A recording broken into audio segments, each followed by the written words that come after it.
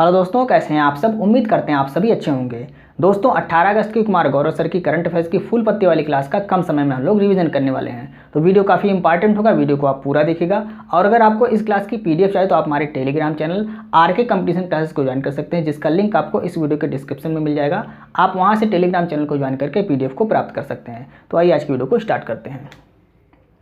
पहला प्रश्न है, हाल ही में दुनिया का पहला ह्यूमनॉइड पायलट पीबोट किसने विकसित किया है। दक्षिण कोरिया द्वारा इसको विकसित किया गया। पीबोट क्या है? यह एक रोबोट पायलट है। किसने विकसित किया है? दक्षिण कोरिया द्वारा इसको विकसित किया गया है।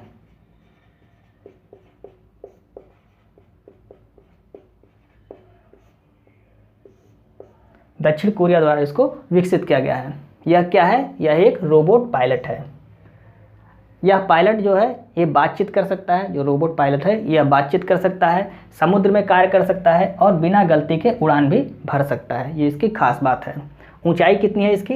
160 सेंटीमीटर इसकी ऊंचाई है। वजन इसका 65 किलोग्राम है।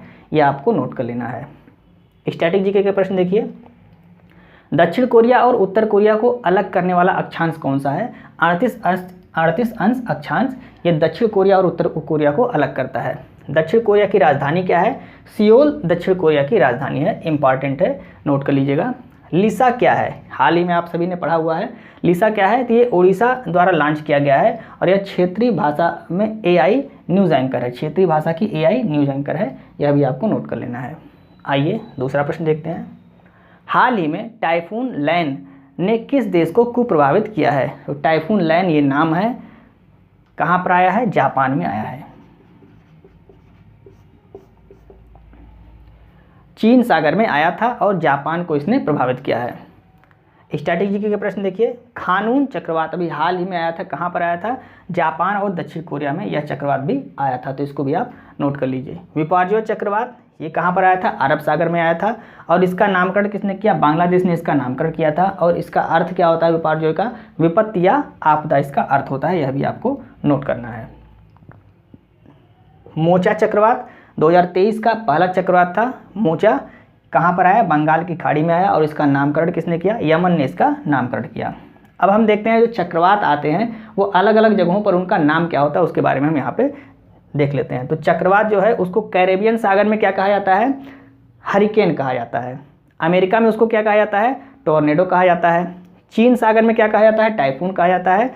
और ऑस्ट्रेलिया में चक्रवात को क्या कहा जाता है? विली विली कहा जाता है। यह सभी आपको नोट कर लेना है। मोस्ट इंपॉर्टेंट है चक्रवात को अलग अलग जगहों पर क्या कहा जाता है। तो हमने आपको बताया कैरेबियन सागर में हरिकेन, अमेरिका में टोर्नेडो, चीन सागर में टाइफून और ऑस्ट्रेलिया में विली विली के नाम से चक्रवात को जाना जाता है। आइए नेक्स्ट प्रश्न को डिस्कस करते हैं।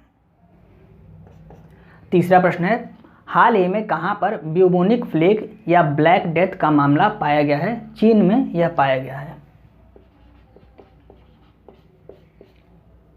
ब्यूबोनिक प्लेग को क्या कहते हैं? ब्लैक डेथ भी या काली मृत्यु भी कहा जाता है। कहाँ पर पाया गया है? चीन में पाया गया है। चीन के उत्तरी भाग में इसको पाया गया। यह मामला कहाँ पर पाया गया है? चीन के उत्तरी भाग में पाया गया है। किससे होता है यह? तो बैक्टीरिया या जीवाणु के कारण होता है और इसे काली मौत या ब्लैक डेथ भी कहा जाता है।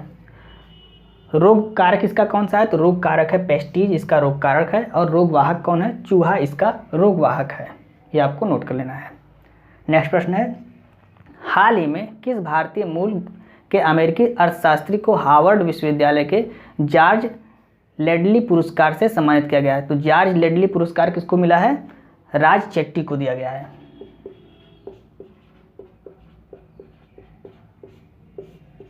राज चेट्टी को हार्वर्ड विश्वविद्यालय का जॉर्ज लेडली पुरस्कार दिया गया है, आपको याद रखना है।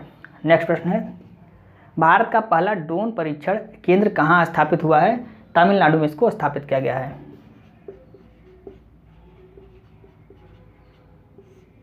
तमिलनाडु में स्थापित किया गया। तमिलनाडु में कहाँ पर स्थापित किया गया है?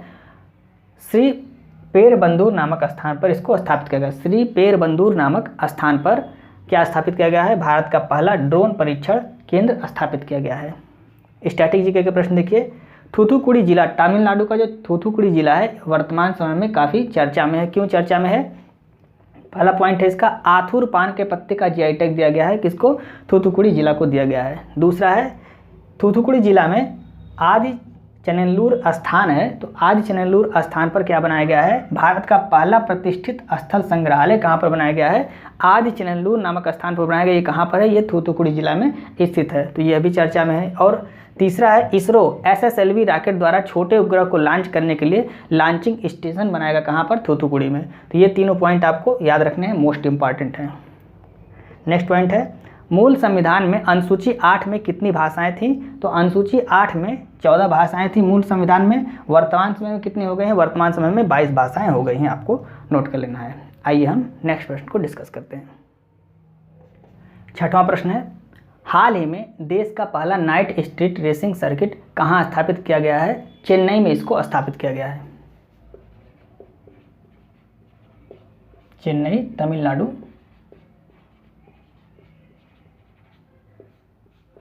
चेन्नई तमिलनाडु में इसको स्थापित किया गया है। 3.5 किलोमीटर की रेसिंग सर्किट बनाई गई है और इसकी अधिकतम स्पीड कितनी है? 240 किलोमीटर प्रति घंटा की स्पीड से इस पर कारें दौड़ सकती हैं। दिसंबर 2023 में इसको बनाया क्यों गया है? तो दिसंबर 2023 में यहाँ पर फर्स्ट नाइट फार्मूला 4 चैंपियनशिप का आयोजन किया जाएगा, इसलिए इसको बनाया गया है।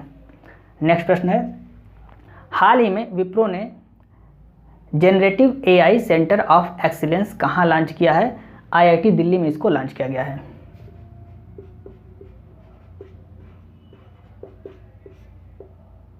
IIT दिल्ली में इसको लॉन्च किया। किसको लॉन्च किया गया है? Generative AI centre of excellence को IIT दिल्ली में लॉन्च किया गया है। किसके द्वारा लॉन्च किया गया है? विप्रो के द्वारा लॉन्च किया गया है, ये आपको नोट कर लेना है। स्ट्रैटेजी के प्रश्न देखिए। चैट GPT को किसने लॉन्च किया था? OpenAI कंपनी द्वारा लॉन्च किया गया था। गीगा चैट को रूस के द्वारा लॉन्च किया गया था। बार्ड को गूगल के द्वारा लॉन्च किया गया था और लेक्सी को भारत में लॉन्च किया गया है। ये सभी आपको नोट कर लेना है। अगर आपसे पूछता है चैट GPT का फुल फॉर्म क्या है, तो इसका फुल फॉर्म होता है chat generative pre trend transformer, इसका फुल फॉर्म होता है। अभी आपको नोट कर लेना है, मोस्ट इंपॉर्टेंट है। आइए हम 8वां प्रश्न देखते हैं। हाल ही में दिवंगत हुए डॉक्टर VS अरुणाचलम कौन थे? तो डॉक्टर VS अरुणाचलम कौन थे? यह एक वैज्ञानिक थे।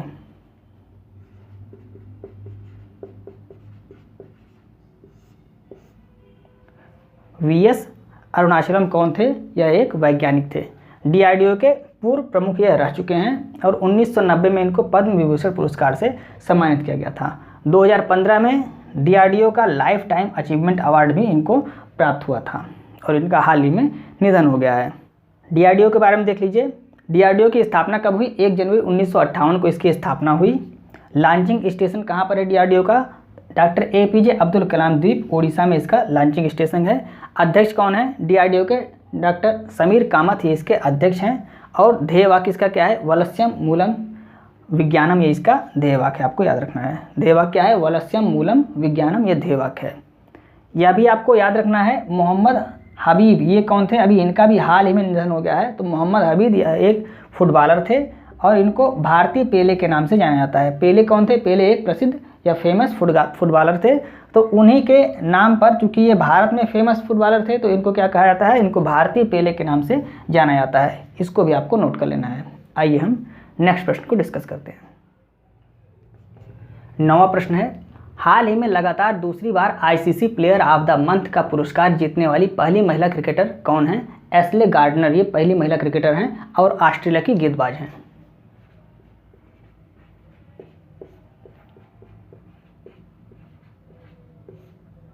एस्ले गार्डनर ये ऑस्ट्रेलिया की गेंदबाज हैं, आपको याद रखना है।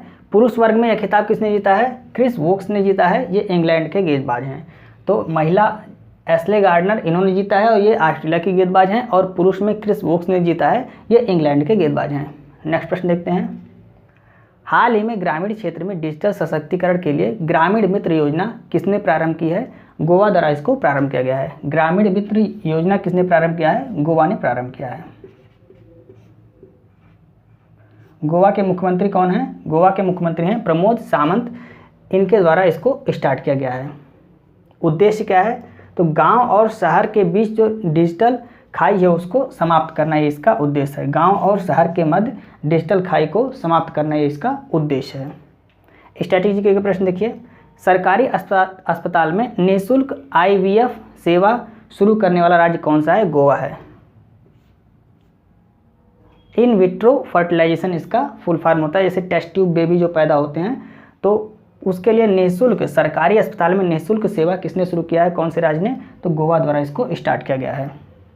हर घर जल वाला पहला राज्य कौन सा है, तो यह भी आपका गोवा है। और समान सिविल संहिता लागू करने वाला पहला राज्य कौन सा है, यह भी गोवा है। इंपॉर्टेंट प्रश्न है, तीनों प्रश्न आप याद रखिएगा। तो ये हैं फुल पत्ती वाली क्लास के 10 महत्वपूर्ण प्रश्न जिसको हमने कम समय में आपको रिवाइज कराने की पूरी कोशिश की। उम्मीद है आपको वीडियो अच्छी लग रही होगी। यदि आपको वीडियो अच्छी लग रही है तो आप इसे अपने दोस्तों को जरूर शेयर करें और वीडियो को लाइक और सब्सक्राइब करना ना भूलें। अगर आपको इस क्लास की PDF चाहिए तो आप हमारे Telegram channel RK competition classes को ज्वाइन कर सकते हैं, जिसका लिंक आपको इस वीडियो के डिस्क्रिप्शन में दिया रहेगा। आप वहाँ से टेलीग्राम चैनल को ज्वाइन करके PDF को प्राप्त कर सकते हैं। मिलते हैं नेक्स्ट वीडियो में। जय हिंद।